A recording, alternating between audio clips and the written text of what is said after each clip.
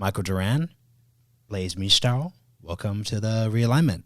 So we're here to talk about U.S. policy in northern Syria, which is really about a broader conversation. We think about our alliances, how long we should be engaged in the region, and sort of the broader sort of structural forces that everyone's sort of looking at right now. Yeah, so Mike and Blaise, you're both, Mike, you just returned from a recent trip to Turkey. Blaise, you're an expert also in the region. You both disagree quite a bit about what U.S. policy in northern Syria is. This is a very complicated situation, lots of moving parts. We, of course, have the recent news of the death of Abu Bakr al-Baghdadi in the Idlib province in Syria. Who founded ISIS. He was the founder of ISIS. And we also have this context while the president has withdrawn U.S. forces from northern Syria and allowed an Turkish incursion into the north. Now, Mike, you have been supportive of the president's move on that. Just give a bit of a background on what exactly the U.S. posture, in your view, there was doing, why it wasn't exactly necessary, and you're supportive of this move. I'm supportive of the decision to pull back in the face of the Turkish pressure because I think that we were postured for failure in the region because we had allied with the YPG, the Kurdish group on the ground that we allied with. It is the PKK, which is an organization carrying out a separatist terrorist campaign in Turkey, and it's recognized by the United States as a terrorist organization. And we were therefore alienating the Turks, who we need more than anyone else in that region. So we had very unwisely gotten into bed with the sworn enemy of the Turks, and not of President Erdogan, but of the entire Turkish population. The Turks are overwhelmingly supportive of the Turkish operation. So before Syria. Blaise, before I get you in here, I do want to focus on why do we need that strategic, strong relationship with the Turkish Republic? It's very simple. Two presidents have been elected on the principle that we're not going to have any more George W. Bush style invasions of the Middle East. And even before that, I mean, George W. Bush had to expend an enormous amount of capital in order to get the public to support the surge in Iraq. So we're not going to have another president go before the American people and call for a very large American military presence in the region, absent some kind of national disaster like 9/11. So, but we still have interests in the region, and we have to protect those interests, which means we have to work through allies. And our job is to bring order to the region. When you're not going to do it yourself and you're going to work with others, then you have to take on board the views of others. And we have to work with states first and foremost. And there are only 3 states that we can really work with, and that's on bringing order to the region. There are lots of nice states in the region that work with America, like Jordan and the UAE, but they're too small to build a regional order. Regional order requires Israel, Saudi Arabia, and Turkey. And if we're going to work with Turkey, we have to take on board Turkey's understanding of its national security. Blaise, did you agree with the decision to pull back American troops? I did not agree with the decision, although I think it's important to note there's different elements. There's the way in which we withdrew, which I think was highly problematic. There is everything leading up to that decision, which I actually think the bureaucracy and U.S. policymakers failed President Donald Trump, because we know that ever since December of 2018, when he had another phone call with President Erdogan of Turkey, he said he wanted to pull out. And I think the U.S. bureaucracy had sort of put its head in the sand and was pretending that they could stop that from happening. And so part of the reason the pullout was as disastrous as it was is I think we hadn't been laying the groundwork for what President Trump had said he wanted to do. So partly it was a failure of how we managed the last 10 months. Partly it was a failure to pull out responsibly. But I do think that overall having a presence in northeastern Syria was serving U.S. interests and should have been continued, although the way it has been executed has been problematic. So let's get to that, though. Like, what were those, and I'd like this from both of you, Blaise first, what were the American interests in northern Syria? So to step back, I would actually agree on some issues and disagree with Mike on others. I think very broadly, we have the interest of keeping Iranian expansion and influence in the region down, trying to roll it back, if not, then at least contain it. And for that, northeastern Syria was a very strategic sliver of territory situated between the Assad government that Iran was supporting and Iraq, where Iran also has sunk its claws deep into that government there, as well as trying to manage the role of the Middle East as part of the broader geopolitical competition that the United States is engaged in with Russia and China. And obviously, Russia has played a big role in the Syrian conflict, and so the U.S. position there played an important part in trying to limit the spread of their advantage, and China, to a lesser extent, a player in that. And obviously, there's this issue of endless wars, if we want to call it, or the scourge of terrorism, and I think the need to keep the terrorist threat down in order to enable this pivot to dealing with Russia, China, and Iran. And I think making terrorism the priority is the wrong strategic objective right now, but continuing to invest the limited resources that we were investing in northeastern Syria. We're talking about 1,000 guys and about $1 billion a year to keep this territory out of Iranian hands, to keep it out of ISIS hands, allowing us to focus our attention and our assets and resources in other places. Now, Mike, nobody would ever accuse you, I think, of being, somebody who would support a move that would enable or empower the Islamic Republic of Iran. So, what would your response to that be on why this isn't a play into Iranian interests?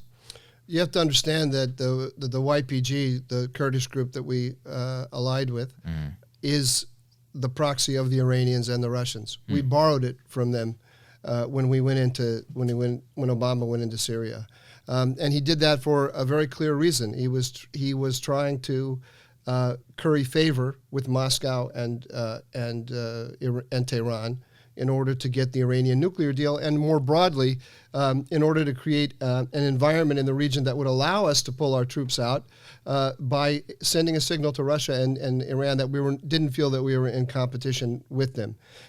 So they kept the YPG, PKK, they kept Assad regime forces in Qamishli in the east the entire time that they were allied with us. They have always been playing both sides, and we've been happy with that because it sent a signal. It sent a signal to Damascus, Tehran, and Moscow that we were only there to destroy the Islamic State, and we didn't intend to do anything against the Assad regime. So the idea that our forces sitting in northeastern Syria were stopping the Iranian project it's just not true. Wasn't this all about ISIS though, right? So maybe. Right. So fair, we could argue that he was currying favor during the Iran deal, but also we were fighting ISIS. And the argument that people who say the administration betrayed the Kurds made is that we had our allies, we betrayed them because they were leading the fight against ISIS. Well, again, I start from the point of view that they were not our allies. We told them from the beginning that this was temporary and transactional, and they accepted that deal. And as part of the deal, we allowed them to keep their relations with the Assad regime. So what we see now, them going up under the Russians and the Assad regime, is not something that they did as an emergency measure out of a sense of panic. That was always the plan, starting back in the Obama administration. If you look at Brett McGurk, who was what Brett McGurk has been saying since Donald Trump said last December that he wanted to pull out, McGurk is saying, Trump wants to pull out. If we're going to do that, then what we should do is broker a deal with the Assad regime where we take the SDF, that is the YPG PKK, pull them up under the Assad regime. That was the Obama worldview, which elements of the bureaucracy continued to hold on to in the Trump administration. Now, in order for those forces to be working against Iran, they would have to also if they began to posture themselves to work against Iran, they would start to undo the relationship with the PKK, and that would require more American troops, which is why Trump didn't want to do it. What's your response to that, Blaise? Well, first of all, I think that we have to recognize that these allegiances can be transactional, but they can also be fungible. They change. And in fact, if we are engaged in a geopolitical competition with the Russians and the Chinese, then we should be engaging with them and trying to take influence away from them and pull groups away from them in the way that they're trying to pull, for example, Turkey away from us.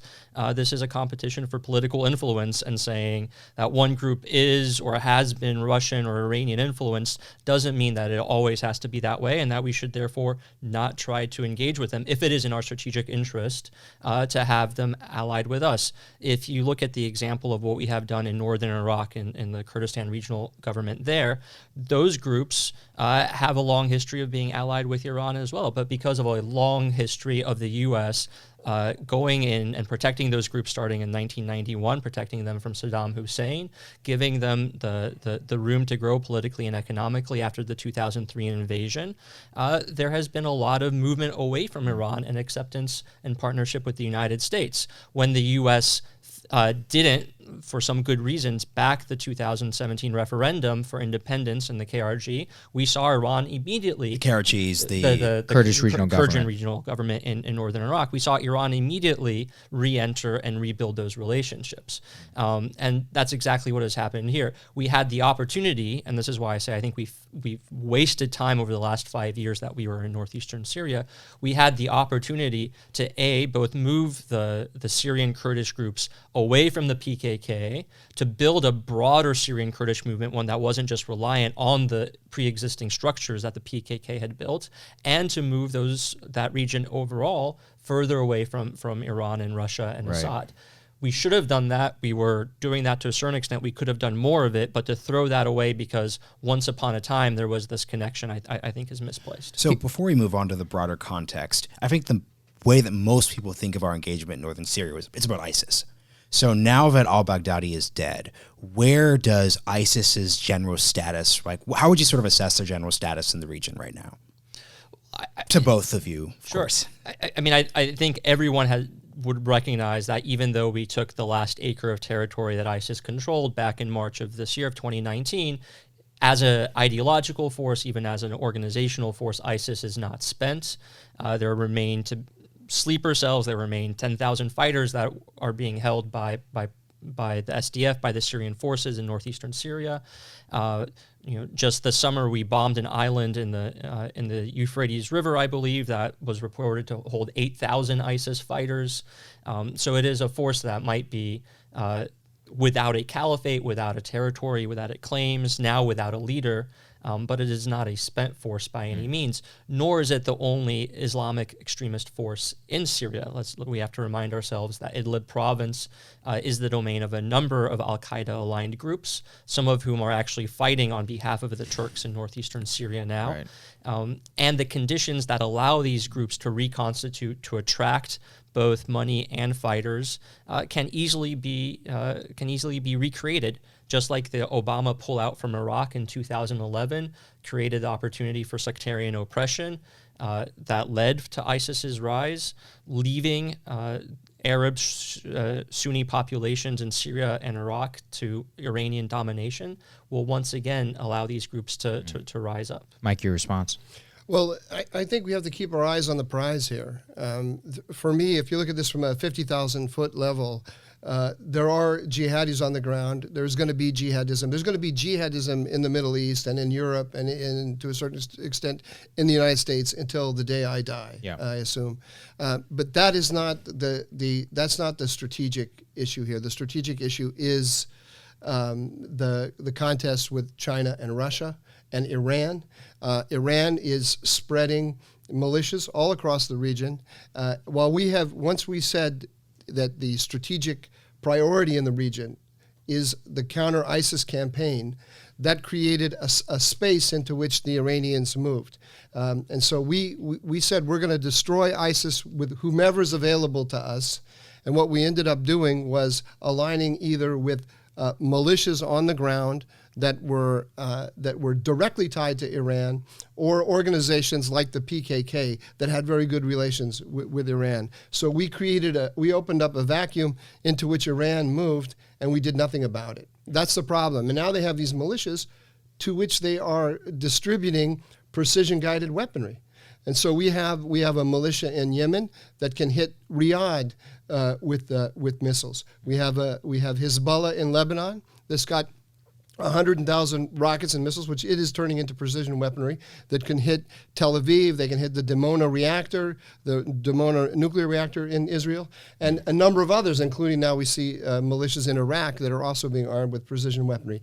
That is the strategic threat. The strategic threat is Russia and China allied with Iran, taking over the region, dividing and conquering all of the different elements. Yeah. A great strategic prize in that contest is the orientation of Turkey. And so our alliance with the PKK in northern Syria was driving the Turks into the arms of the Russians and the Iranians. And that's the trade-off here. I mean, the Blaise said earlier that we have only 1,000 troops in northern Syria and $1 billion a year, and that's not a cost at all. No, on the cost side of the ledger is the international orientation of Turkey. Mm-hmm. That's the huge cost. That was the hidden cost that nobody wanted to admit, and we propagandized ourselves. We kept telling ourselves, "Oh no, it's not really the PKK. It's the SDF. It's not really a war with Turkey. The Turks are going to be okay with this over time." No, we were just lying to ourselves. Mm. And so, Blaise, I think that's the real question here, is about the strategic orientation of Turkey. So what we're hearing from you about the advocacy for 1,000 troops in Syria, $1 billion a year, and the ultimate pullout. Well, is there any pull-out strategy? I mean, ultimately, it seems to me that what you're proposing is a multi-year presence in northern Syria for the purpose of now, for checking Iran. Previously, it was for defeating ISIS, all at the expense of what Mike is laying out here, which is a NATO ally, an important ally in the region. What's your response? So, to jump in real quick. Yeah. Is Mike's perception that there's a cost true? Right. Because what's not? You may disagree with that presumption. Yeah. Absolutely. So I was going to say what I would not disagree at all with the strategic threat of Iran that Mike laid out. I would not disagree as well that the United States has a strategic interest in the orientation of Turkey. I would contend that ultimately our presence in northeastern Syria, although it should have been handled better and not as reliant solely on the YPG, and we should have been building out a more representative force as we tried to a certain extent. But regardless of that, the international orientation of Turkey is not dependent and would not be dependent upon our presence in Syria because of the nature of the regime of President Recep Tayyip Erdogan in Turkey is fundamentally about many things other than this issue. And just to prove that point, one simple factoid, when we began our partnership with the Syrian Kurds in 2014 to defend the city of Kobani, a Kurdish city that was under siege by ISIS, President Erdogan was engaged in probably the brightest moment of his tenure in office in Turkey, which was peace negotiations with the PKK, directly with the leader of the PKK who's imprisoned in Turkey. Mm-hmm. It would have been a historic achievement had he been able to do it. He was far along the road in that peace process when we undertook this partnership. So we were not undertaking a partnership with a group that Turkey says, we can't talk to, they're terrorists, we have to attack them now. We were doing it in the context of a peace deal, while at the same time, Turkish intelligence was directly sending trucks full of weapons to the al-Nusra Front, the prime al-Qaeda aligned terrorist group within Syria during this same time. So this idea that the U.S. was choosing a terrorist group while Turkey was assiduously avoiding any connections to terrorism and was leading the charge on counterterrorism is just false. Yeah, I don't think anyone would deny. Yeah. I mean, there's no good men among the living in Syria, right? I mean, this is a very, very complicated situation.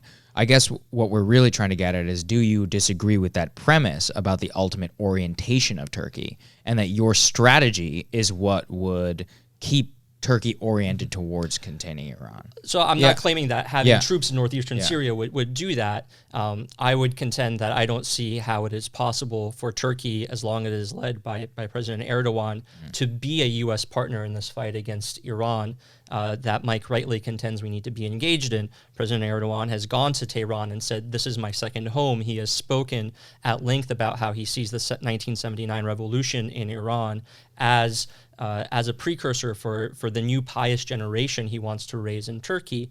And he is fundamentally animated by an anti-Americanism and anti-Westernism. He speaks at length of the world being greater than 5. He has said he wants nuclear weapons because What's the 5 in reference to? I'm sorry, the 5 is the 5 permanent members of the UN Security Council. Right. And he thinks that it shouldn't just be those 5, that Turkey has a seat at that table of global world powers. And in fact, it is America and the West that is oppressing Turkey and keeping it from having its rightful place at that table, including by keeping Turkey from having nuclear weapons. And he's recently said, I want nuclear weapons. Not Turkey should have nuclear weapons. I, President Erdogan, I want nuclear weapons. And I think that this idea that we can take him out of the increasingly Russian orbit that he's fallen into, we can sort of snap him out of his anti-Americanism is a misplaced one. And I'd also go further and say, fundamentally, the Turkish incursion into northeastern Syria has nothing to do with the PKK or the YPG, but entirely has everything to do with the domestic political struggle of President Erdogan to remain in power, and we ignore that at our own peril. What do you think? What's your response to that, Mike? Which is that, I mean, I think Blaise is making a good point here, which is that Erdogan, obviously, I mean, there's no denying that he has espoused a lot of anti-Western rhetoric over the last couple of years, and that he's generally orienting himself as an opposition to the West.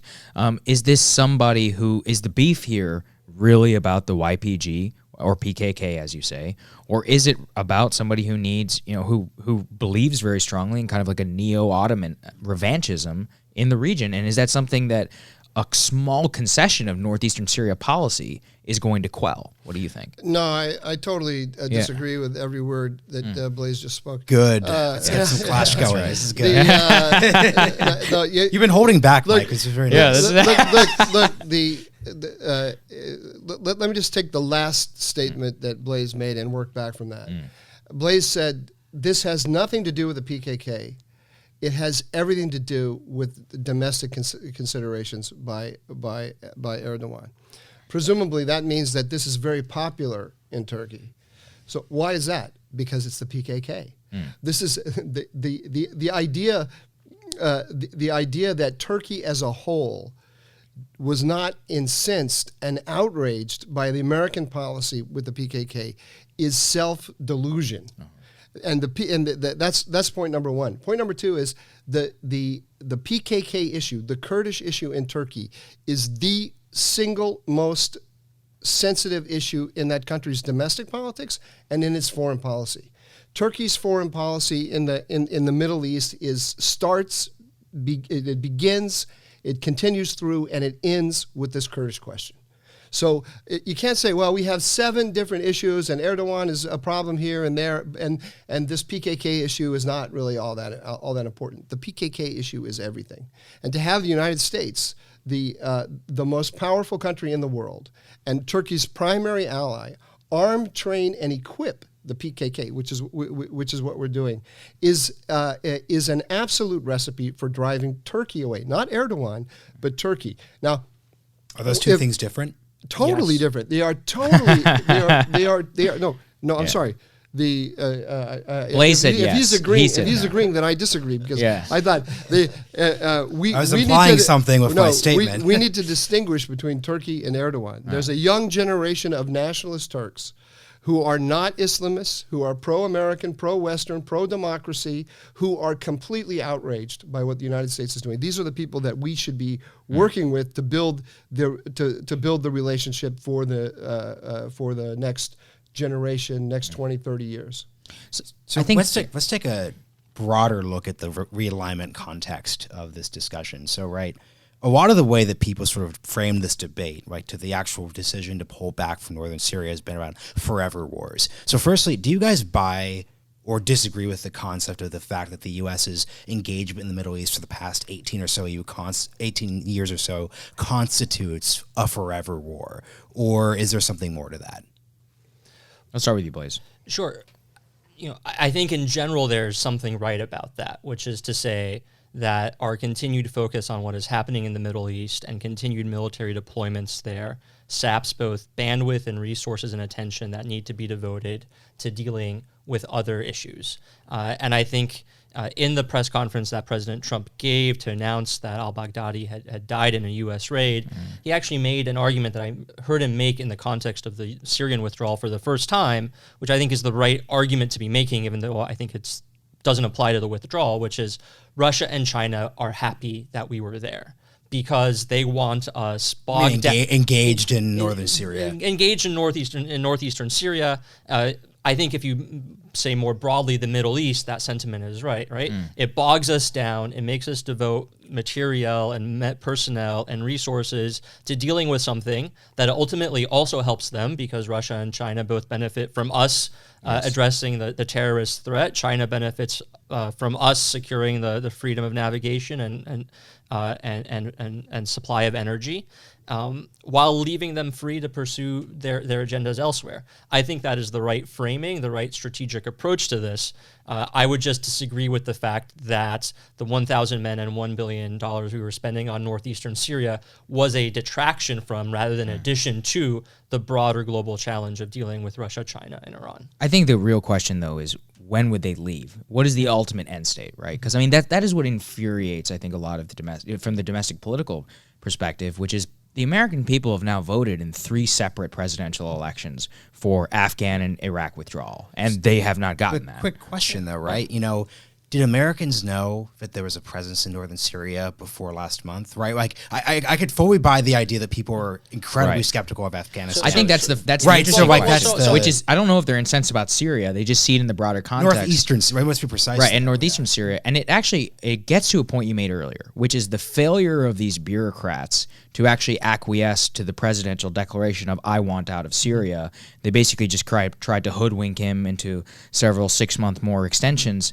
It seems that when we talk about endless war, forever war, I think I'm showing my colors here, which is that it is an advocacy of a policy of non-imagination and of path dependency. And so that's why when I hear, positions much like yourself, I'm inherently skeptical because I understand how policy implementation works. So let me say that. I think that there's the question of pullouts from Iraq and Afghanistan, which we're talking about at the height of those wars, 150, 160,000 troops, very different than the Syria context. But I think if you take the slogan "End Endless Wars," and you apply that through the lens of good policy and good strategic thinking, you get largely what the Obama administration to some extent, and certainly the Trump administration under the national security strategy, have said, which is we shouldn't be devoting more resources and undertaking new interventions and going into new conflicts in these areas, and we should be focused instead on putting our attention elsewhere. So the question isn't, you don't end endless wars by just sort of pulling out and saying, that's it, that's what we did in 2011 in Iraq, and that's how we got back into Syria in 2014. Nor is ending endless wars just say, we're not going to have troops anywhere around the world. We have tens of thousands of troops in Germany for multiple decades. The same goes for Korea. We maintain troops in Guantanamo Bay in Cuba for decades. And no one's winning elections on the call to pull those troops out, nor are we saying that they are in some way a burden to us being able to achieve our other strategic objectives.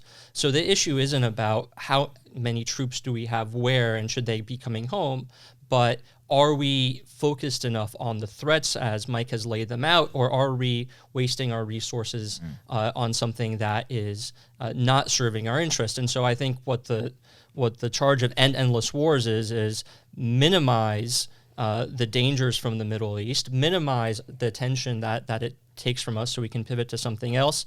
And here I'll throw down actually a big disagreement that I have with what Mike laid out. I don't think an investment in stability and order is the way to do that in the Middle East. I think the path forward for U.S. strategy in the Middle East is to recognize that the states that were created 100 years ago are failing or have already failed, that the region is falling apart, and that the United States is going to be able to best manage that through figuring out how we work through instability and how we work with non-state forces, whether that's the SDF or others like it, that for temporary and transactional partnerships serve our interest to subvert the imperial ambitions of Iran, of Russia, and China, rather than investing in trying to build up states. Go ahead, Mike. So not only just a response to what he said about the transnational groups, but also generally on this endless war question. Well, what was crazy exactly? Yeah, Like, first, right. what was the crazy Yeah. thing he said? Well, look at, we've been involved now 18 years intensively, longer than that really, but let's just say since 9/11 for 18 years in the Middle East. What about what we have done in Iraq and Syria that we look back on and say that was really a good job? I mean, we just went and we killed bin Laden before, and now we went and we killed Baghdadi. Those operations are fantastic operations. We have special operations teams supported by intelligence and training and equipment and everything that is just phenomenal, the best in the world. There are probably only one or two other countries that can do what we did with Baghdadi. Go in, kill him. Not a single American is lost in the process. Look at that operational ability, and then look at the strategic rubble that we have left in the wake. So there's this incredible military capability that we have, and this inability to figure out how the region works. And I think that what Blaise just said, we should be, basically what he's saying again is we should be aligning with groups like the PKK. This makes no sense at all to me. This is the look. What did the lesson of the last few weeks with President Erdogan is? Turkey is not going to take it. They built. They were taking it. They were taking it until we pulled back. Right? Not So true. Not true. How? Not true. They intervened twice. They've already intervened twice. What were those They interventions? they intervened in Euphrates Shield, and they have been sending us messages. They're in Afrin. They're in Euphrates Shield. They've been sending us very clear messages all along that they do not like what we're doing, and they're not going to. But those were operations into areas in which the U.S. was not patrolling, and in which the U.S. had actually originally promised it would not allow the SDF to go east. West of There the was some Euphrates balance River. here. He's right, and there was broken promises there. Yeah. But every time broken promises by the United States. The United States said it wouldn't do things that it did, so it lied to them and but lost all credibility. But ultimately, when the Turkish forces went into Jarablus and other places, those were places the U.S. was not patrolling. Every time that Turkey threatened to go into areas east of the Euphrates, when it realized that U.S. forces were there, it stopped. I don't want to litigate, the exact details of operations here. I do think it's an important point. The issue is the issue is if you're Turkey, you're going to be next to northern Syria forever. Yes, and you also know the United States is not. And they can read the body language. We've already taken troops out. And Trump says, I want to get out. And the American public, Elizabeth Warren, the same day that she is decrying President Trump's decision to pull the troops out, says that she thinks we should pull all troops out of the Middle East. You don't have to be a genius at political analysis to see that the domestic support for this operation in the United States is not great. So if you're Turkey, you have to be thinking about the day after. And they are going to destroy this project. If it's not going to be this week or next week, it's going to happen. And they have a lot of different tools for doing it, including their military. But they could also just start sending irregulars in to make our life, which they have, to make our life miserable. Yeah. So what you're talking about then, and this is what Trump recognized. If you wanted any of the options that Blaise has laid out, stopping Turkey requires more troops and worse relations with Turkey. Working with Turkey to create a Kurdish statelet in northeastern Syria that serves Turkish interests, like the KRG and the autonomous Kurdish area in Iraq, also requires more troops. Why? Because our small, tiny footprint there, 1,000 troops. Those troops are in bases, the defense of which is provided by the PKK. So our defense perimeter is from those soldiers. If we start working against, now there was a dirty little deal done between the United States and the PKK, where you help us fight ISIS, and we turn a blind eye to your political project of building an independent Kurdish statelet on Turkey's border. so Blaise, four- no, four let points. me finish. Let me Yeah. finish. And one more statement here. And so we would go. Our soldiers would go out on operations with these guys on Monday to attack ISIS, and on Tuesday these guys would go about building Rojava, the independent independent Kurdistan. If we worked with the Turks to dismantle, to make sure that there will not be Rojava will never rise up, we lose our defense perimeter with them.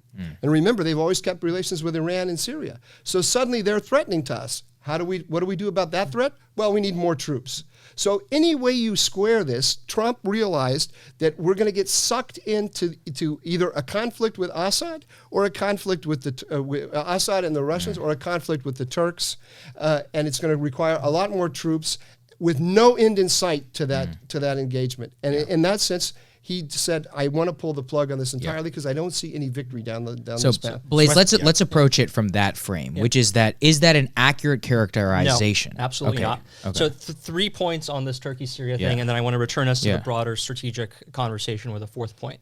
So first point, what Mike was talking about, which was deconflicting with the Turks, trying to provide for their security guarantees and providing a buffer zone on the border so that they would feel safe, is precisely what we have been doing with Turkey since August of 2019, where we struck a deal with them that we would provide for a safety corridor, that we would undertake joint patrols, and that with the Turkish forces on the border to make sure the border was not being crossed by Syrian Kurdish forces, and moving Syrian Kurdish forces and their weapons back from the border. So that process was already in place. Second, there was not going to be a forthcoming Turkish invasion. It was a bluff on Erdogan's part. How do we know that? Erdogan and Trump had a phone call on Sunday in which Erdogan said, "I'm invading right now. You better get out of the way."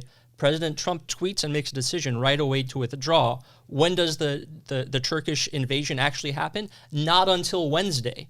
We suddenly found Erdogan with his pants down because we didn't call his bluff. And suddenly he now has to mount an offensive that he was not prepared to actually mount. Third point, Mike is absolutely right that Turkey has to live with northern Syria on its border forever, and that they don't want a foreign power arming the PKK and agitating it against Turkey from within northern Syria. So let's think back to the last time that happened. Oh, that was the 1990s when the Assad family was playing host to Abdullah Öcalan, the leader of the PKK, and was allowing the PKK to hold its training bases and camps and use Syrian territory to attack Turkey from across the border at a time when more than half of the weapons the PKK was using were coming from Russia. And so Turkey accuses us of arming the PKK against it, and instead has ended up with the Syrian Kurdish territory held by the people who have actually armed and used the PKK against it. So I think that, if anything, by handing over this territory, we have made the Turks more insecure, and we've put it in the hands of the Assad government, which hates Erdogan now and is more likely to use the PKK against Turkey than we ever were going to. So to take a step back, though, we're talking about a NATO ally here, Turkey. Right. And this also goes to like a broader conversation we sort of have, which is that a lot of the institutions and sort of military alliance structures that we've had since World War II ended either are or aren't up to date or need to be sort of changed. What is your guys' perspective on that question specifically with Turkey? Right, because at the end of the day, like we're getting wonky here, which I really enjoy, but we're talking about really deep-seated conflict we have with an ostensible ally. Right. How does that work? How does that relationship work? And how does the alliance itself work within NATO? Well, I'll just say this. I think Mike and I are aligned with the fact that we are better off with Turkey being part of NATO. They should be a strategic ally of the United States. If we want to succeed against Iran, against Russia, I think we're better off having Turkey. I think that doesn't mean Erdogan. That means whatever comes next, we should be competing for the future of Turkey. And I do think Mike is right that means reaching out to the young generations of Turkey to make sure that they are not imbibing this anti-Americanism that Erdogan is selling. I think where we disagree is about this. Is the future of Turkey as an American ally determined by Turkey's foreign policy or domestic policy? And I would contend that it has nothing to do, or little to do, with what the U.S. is doing in Syria or Iraq or anywhere else around the Middle East, and everything to do with the nature of Turkey's democracy. And if we allow for the demise of Turkey's democracy, if we allow for the continued rise of virulent Turkish, not just Islamism, but nationalism, then we are casting this ally on a path that is going to lead it away from us. And the surest way to do that is to perpetuate the Turkish-Kurdish conflict. Because what we have done is ensured now that this conflict is going to continue not just in Syria, but inside Turkey for generations to come. Erdogan's brightest moment, and the one thing that he was right about politically, is that Turkey's founding constitution was fundamentally not capable of resolving this conflict. And that if Turkey was going to evolve past its limited democracy, it needed to deal with and reconcile the Turks and the Kurds into a single coherent polity. He did a lot of work to get down that road, and then he turned his back on it and declared war against the PKK once again. We totally undermine that. We need to get past that. We totally undermine that. By making an alliance with the PKK and giving it international legitimacy, arming, training, and equipping it, without making any political demands on it whatsoever, we actually encouraged it in taking an extreme line rather than taking a more conciliatory line. We could very easily have conditioned our support on them accepting certain Turkish presence in northern Syria, certain power sharing relationships with other Kurdish groups. We could have gone into, for example, originally, Obama had the choice to go into northern Syria with the Peshmerga, with the Barzani Kurds from Iraq, with whom we have a good relationship and with whom the Turks have a good relationship. But we didn't do that. Why? Because the PKK has a horrible relationship with Barzani. So we would have had to enter into a Kurdish conflict. Now we could have sat on the PKK and demanded that they get along with their Kurdish brothers. They prefer, and you can see that this is what's going on right now. It's very important to understand what's happening right now. They prefer the relationship with Assad and the Russians than to a relationship with Barzani, and we were quite happy with that. So if there's speak a bit more though, Mike, to the broader orientation, I guess, of our relationship with Turkey and within NATO. On this, Blaise is totally. I'm sorry, Blaise, you're totally wrong. Wait, can we just note something? He said you guys were going to agree. He said you guys were going to agree. No, we're right on the importance of keeping Turkey in NATO. But Blaise is absolutely 100% wrong on the question of the PKK driving Turkey away from the United States. This is and we're not talking about Erdogan. We're talking about Turkey. This issue, like I said before, has an absolute special status. You cannot find in Turkey a self-respecting Turk, pro-Erdogan or anti-Erdogan, who supports what the Americans are doing and thinks that Erdogan is crazy for what he's doing. So are the 15 million Kurds in Turkey not self-respecting Turks? There are many Kurds who will support Erdogan on this. Being Kurdish and being pro-PKK are not the same thing. Right. I mean, I think that's been evidenced through the Iraqi situation. There are 3,600,000 refugees in Turkey from the Syrian war. Right. A significant percentage of a significant number of them, I don't know the total number, how many hundreds of thousands it is, are Kurds who are refugees from northern Syria who can't go back because the PKK doesn't like them. And I think that's an important dynamic to recognize just how complicated this is. Blaise, I do want to get to some of the language and the rhetoric you were using, which is we cannot allow Turkey to go on this path. I mean, this speaks to, I think, a broader strategic question that Trump and many of the domestic populace is frustrated with, which is why is it the United States' business to determine the domestic political trajectory of Turkey? I mean, we are rightfully outraged at attempts by foreign governments to do the same to us. So, I mean, just explain your thinking on that issue. Sure. I mean, I think there's a difference between interference in elections and concern about the political direction that an ally is taking. But it goes back to this question of how are we going to fight this global geopolitical competition against Russia and China? And I think Mike is absolutely right that in order to fight it, then we have to be willing to fight for our allies and fight for countries that are important to our ability to wage that struggle. Do we have to give up Turkey, or do we have to engage with Turkey's domestic politics? No, we don't have to, but we're going to be better off in our ability to deal with the Middle East and with Russia if Turkey's on our side. And I think what that means is showing Turkey that we do, and Turks, that we do care about the direction their country is going. I think the trap that we have fallen into repeatedly, 3 administrations now have believed that Erdogan is the savior of U.S. policy in the Middle East. President George W. Bush believed that Erdogan was a liberal democratic reformer and that in pursuit of the freedom agenda, Turkey was going to be a model of the Middle East, that in fact a Muslim majority country can have a successful and prosperous democracy. And so he relied on Erdogan as sort of the proof that the freedom agenda can work. President Barack Obama, his first foreign trip was to Turkey, where he went and spoke before the Turkish parliament and said, look, the fact that you as a Muslim majority country are an ally of the United States is the sort of proof that we need that the U.S. can reset its relations with the Muslim world after all the bad that Bush has done.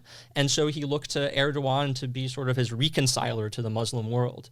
President Donald Trump has now done a similar turn where he said, look, I want out of the Middle East. I need this business taken care of. I need someone to deal with ISIS. I need someone to deal with our problems there. I'm going to look to Turkey to solve our problems there. And I think fundamentally, they've all been wrong about Erdogan. And I think what we need to show Turkey is that we care about Turkey not just to do our dirty work or not just to be an extension of U.S. interests in the Middle East, but that we care about Turkey because we care about its continued political development and we care about its society enjoying the benefits that Western societies enjoy. That means standing up for Turkey's inclusion in the European Union, which European countries continue to deny it, and showing Turks that we actually care about their democracy, that we're not just going to accept whatever autocracies and abuses of power Erdogan wants to engage in because it suits our interest to have him do what we want in the Middle East. So before we move on to sort of what's next in the region, Mike, when we were talking about this episode, you actually brought up an interesting argument, which was that your critique of much of our policy over the last 10 years is that too often we've sort of preferenced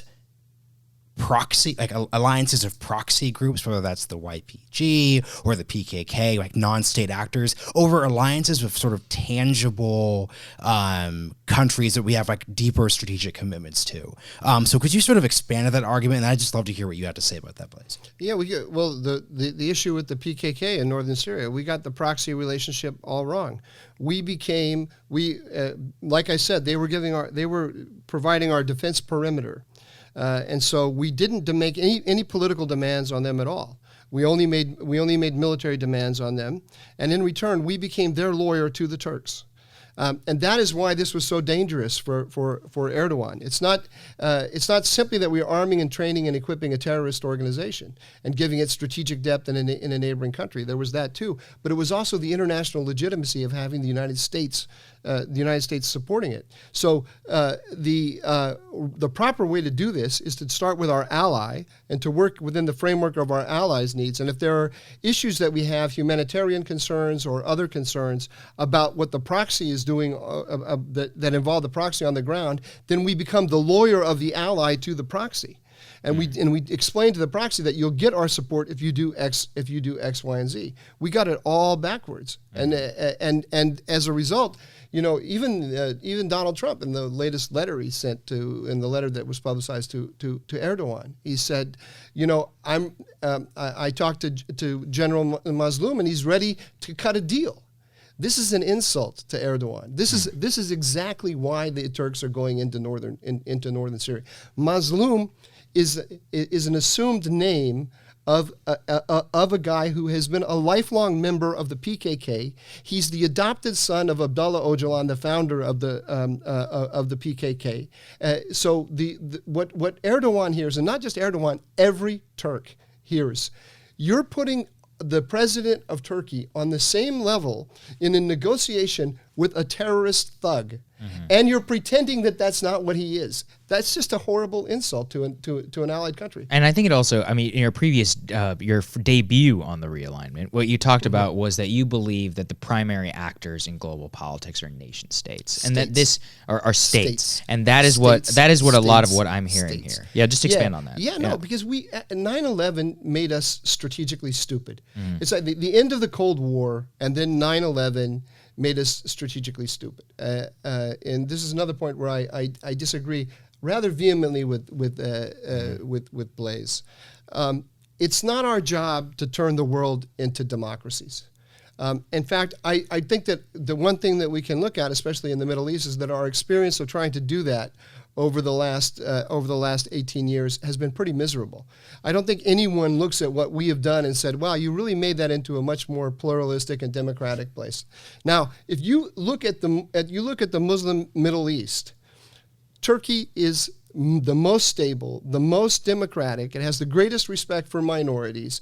By any standard you want to look at, Turkey is the best that exists. And we're going to go lecture to Turkey and tell Turkey how to make itself how to make itself standards better. Like the highest, the greatest number of journalists jailed anywhere in the world, more than China or Iran or Russia? That's a high standard of democracy right there. You want to compare Turkey to Iraq? But Turkey's a NATO ally. I mean, that's you the want distinct. You want to compare Turkey we're talking about values now, not alliance status. Do you want to compare Turkey to Iraq in terms of look at what's happening in Iraq as we're talking. Yeah, people are able to take to the streets as opposed to being jailed for tweeting their opposition to their government's policies. They're being shot in the dozens by the security services of our ally. There's no comparison between Turkey and Iraq, Turkey and any other country you want to look at. No comparison whatsoever. This is the most sophisticated, the most pluralistic, the most stable, the most democratic country that we've got. Is it perfect? No, it's not perfect. But who do we really think that we're going to be the ones to go and change them and make them perfect? This is and look after our interests at the same time. Let's start with our interests. Yeah, no, right. I agree, Mike. I agree. First of all, I never said that we should be going out and making countries democratic. I said that showing concern for the health of Turkey's democracy is the best bet we have for convincing Turkey's youth and Turkish society that their interests lie with America and not somewhere else for whenever Erdogan passed from the stage. But let me go back to this. I think what you pointed out about the Middle East is exactly why your state-centric approach is the wrong approach for this region. And going back to the earlier question about endless wars, what have we wasted $8 trillion on?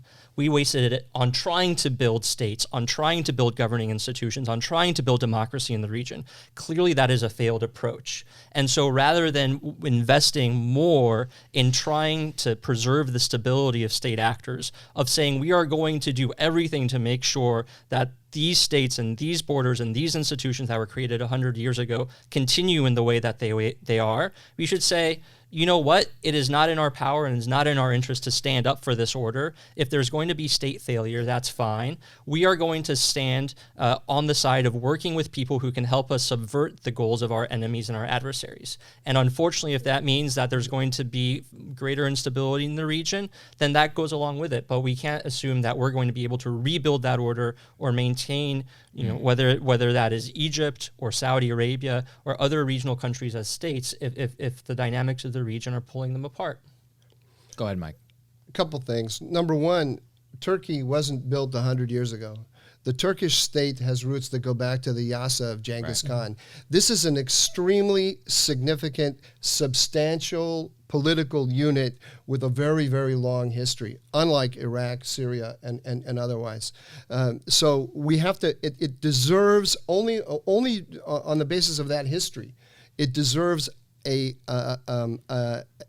degree of respect that other units in the region don't.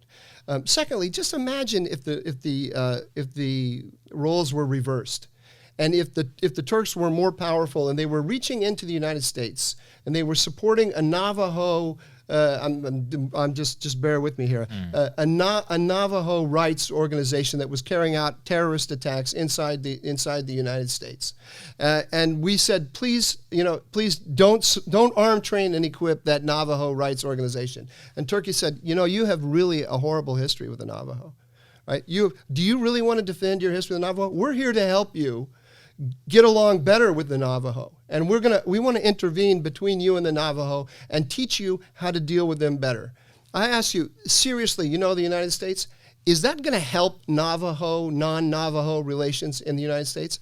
What, is that going to be good for the Navajos? Was it wise for the United States to go into northern Syria and align itself with a minority group in that area temporarily, and then take a little splinter terrorist organization from within that minority group and build that up in a temporary and transactional way?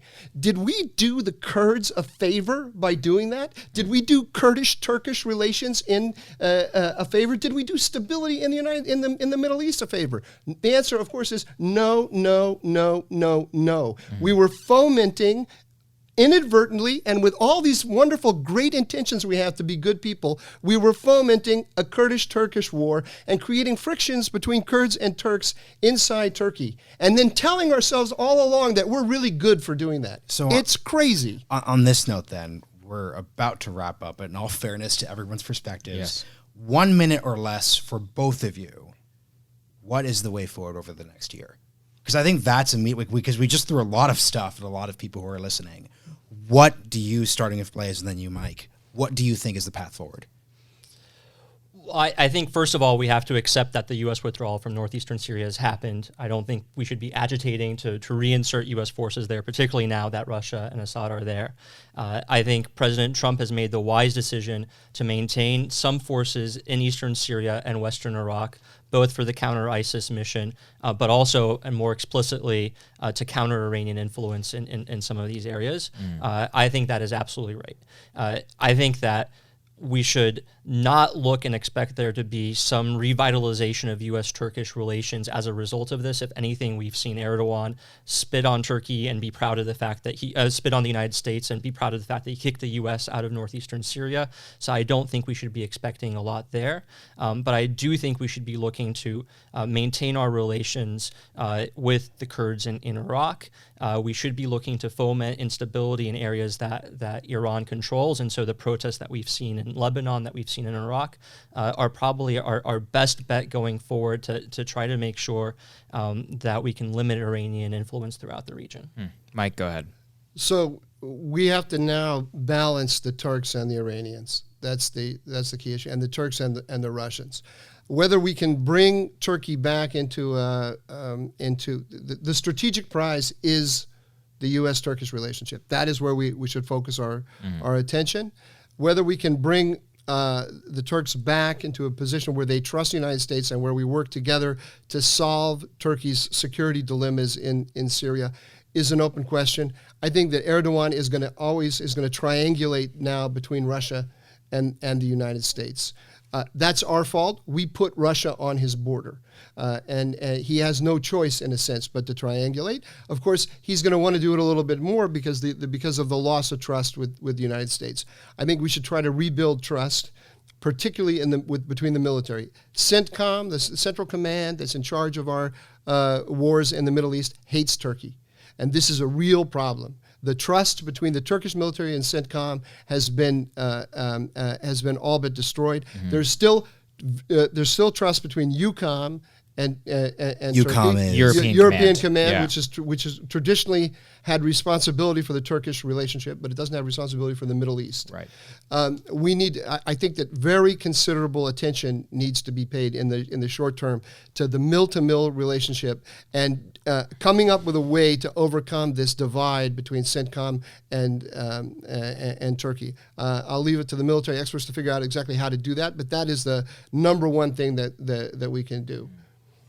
All right, well, I mean, this has been an exciting debate between the two of you, and I think it really just demonstrates that the future of the U.S.-Turkish alliance is not something is something that very much fits in a broader strategic framework. So thank you both so much for joining us. We really appreciate it. Thanks for coming, guys. Thanks for having us. Thank you.